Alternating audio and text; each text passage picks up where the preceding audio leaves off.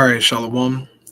I want to start off as always by giving all praises and glory unto Yahweh, Bahashem, Yahweh Shai, Bahashem, Racha HaKodash, Dabanizan unto the apostles, the others, and the bishops of Great Millstone. I want to say much love unto the brothers out there doing his work in truth and sincerity. And also want to send peace and blessings unto the believers of the hopeful elect. And in this lesson, I wanted to do a response onto a video here that was put up by Bloomberg Television. And as you can see, the name of this video is Waymo, Zooks, Tesla. Who wins the robo-taxi race? So these three companies here in America have robotic taxis, okay? In other words, there's no human driver, okay? It's being controlled and ran by AI, and they take you where you need to go. This is very interesting, man, okay? How normal this stuff is becoming, and people actually putting trust in it, right? They are trusting the AI and the robot to take them where they need to be safely, okay, with no human guidance, right? That's very risky, okay, very, very risky. But these things are being pushed out into society, and they're trying to normalize it, get the people familiar with it, okay? This is the future, man, and the future is now, okay? This is about to be normal reality, man. The more we move forward, closer to end times, the more craziness we're going to see, the more robotics and artificial intelligence is going to be more and more, until it's in your face, all right? Until it's at your doorsteps, until it's at your homes. That's how crazy it's going to get. So I'm going to play this video here. It's 11 minutes long. Probably don't play the whole thing, but just pay attention to this, man, because this is very normal, okay? Excuse me. This is becoming, they're making this normalized, all right? They're normalizing it, excuse me, right? Trying to finish something here, yeah. So they're normalizing it, man. And there's nothing that people can really do to reject it or, or protest against it. It's all prophecy, okay? But they're going to cut into people who do Uber Eats and Uber and Lyft, whatever you do, okay? They come in and take all them jobs. You can't even do Uber no more, bro. They're going to take Uber away from people, man. Oh, boy. But here we go. All right, make sure my audio is good. They're going to take Uber from niggas, bro.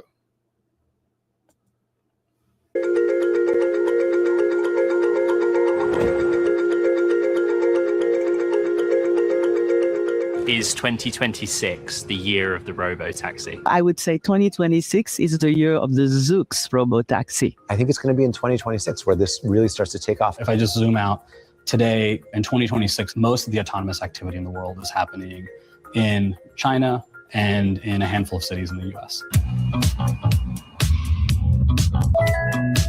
You're here. It's the buzziest topic in Silicon Valley, and the public is going crazy for it. It's a new experience. I'm looking forward to it. But enthusiasm alone isn't enough to get us to a robo-taxi world. 6 years ago, Elon Musk confidently predicted he'd have 1 million self-driving Teslas on the road by 2020. One of many predictions that proved to be too optimistic. After hearing that robo-taxis are here for several years in a row, we're told 2026 will be the year of the robo-taxi. The number of vehicles on the road is set to more than double to 18,000 this year, from 8,000 in 2025. For our purposes, a robotaxi means on-demand, point-to-point autonomous ride-hailing. It's dynamic and not fixed route. We will continue to see a growth in autonomous taxis. Bro, robo taxi don't know nothing about no shortcuts and alleys. Okay. What if you need to get somewhere quickly? The AI don't know to take shortcuts, man.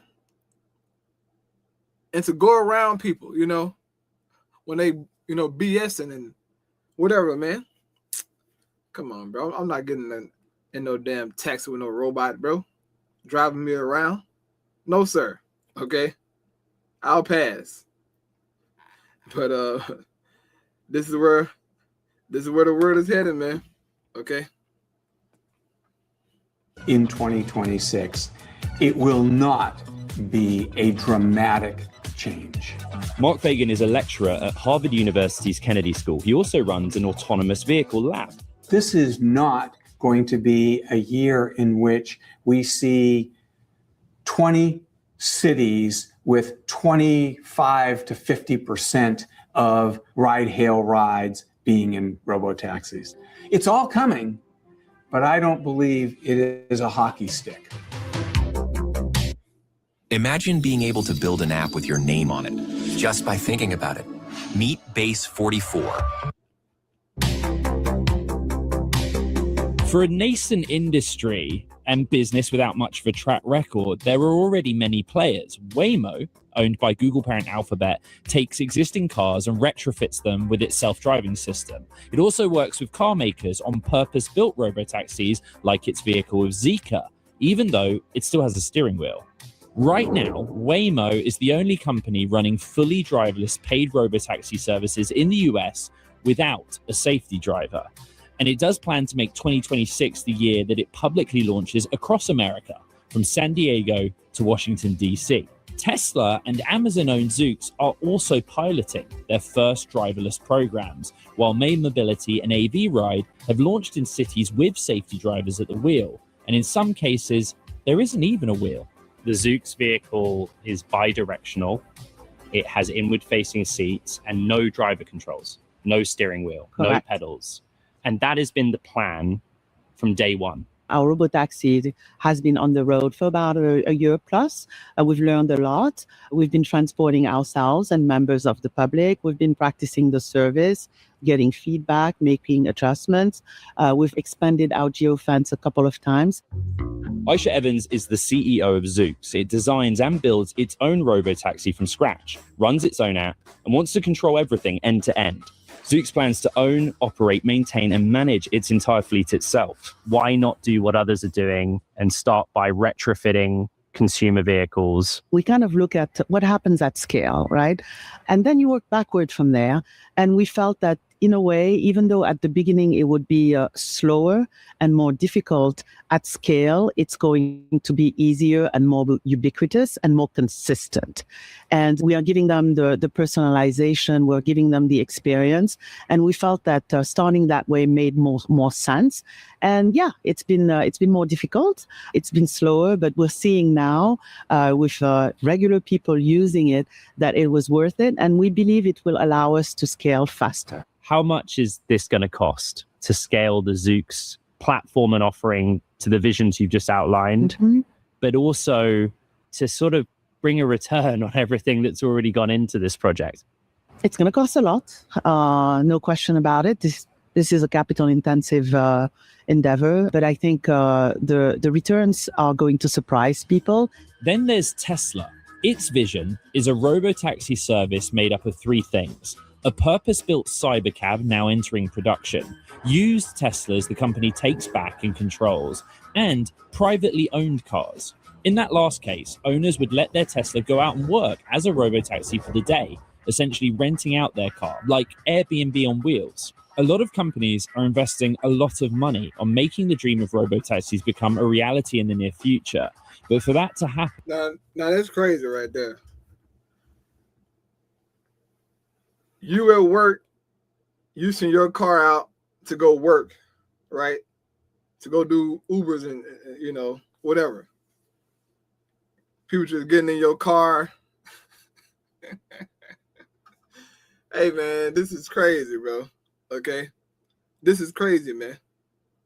But that system is a part of Tesla. To where if you have a Tesla, you can make money, so to speak, by sending your car out. That's crazy, bro. Oh man, that's crazy, bro. But hey, knowledge is increasing. Okay, I wouldn't trust it. Hell no, I wouldn't trust that at all.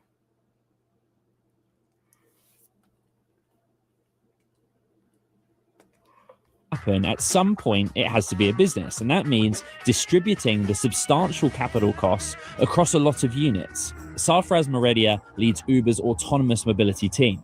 When you talk about the unit economics of autonomous vehicles, it's actually quite simple because you can start with the reality that everybody is losing money. If we were to price those rides, or any of our competitors were to price those rides sort of to break even, they really would not be competitive with any other ride you would take on Uber. And what we expect is over time that cost will come down, not just for the vehicle, but for the compute. And so as that cost becomes more competitive, I think you'll see the unit economics improve, but that's going to take several years. It's very capital intensive. And the capital comes in two forms. One is the development of the technology itself, the software code. Think about this. You and I have spent decades of learning how to drive. So we know when it's a rainy, miserable day in New York, you're going to be more cautious. All of that has to be coded into the software that's operating the vehicle. The other side of the capital investment is the more traditional kinds of capital you think about. You're going to need to get relatively high utilization of the vehicles in order to pay off that capital cost. In other businesses, the leader of the pack is the one who makes the numbers work. Robotaxis can be different. Competitors work together to harness the parts of the operation they do well to try and get to scale. I think it is a dating situation where, we're all kind of interested in each other because look, think of the data that we have, right? We know about pickup and drop off locations. We know how to get through into a gated community, for example. David Risher is Lyft's CEO. We know when people take rides every single day, in every single jurisdiction in the United States.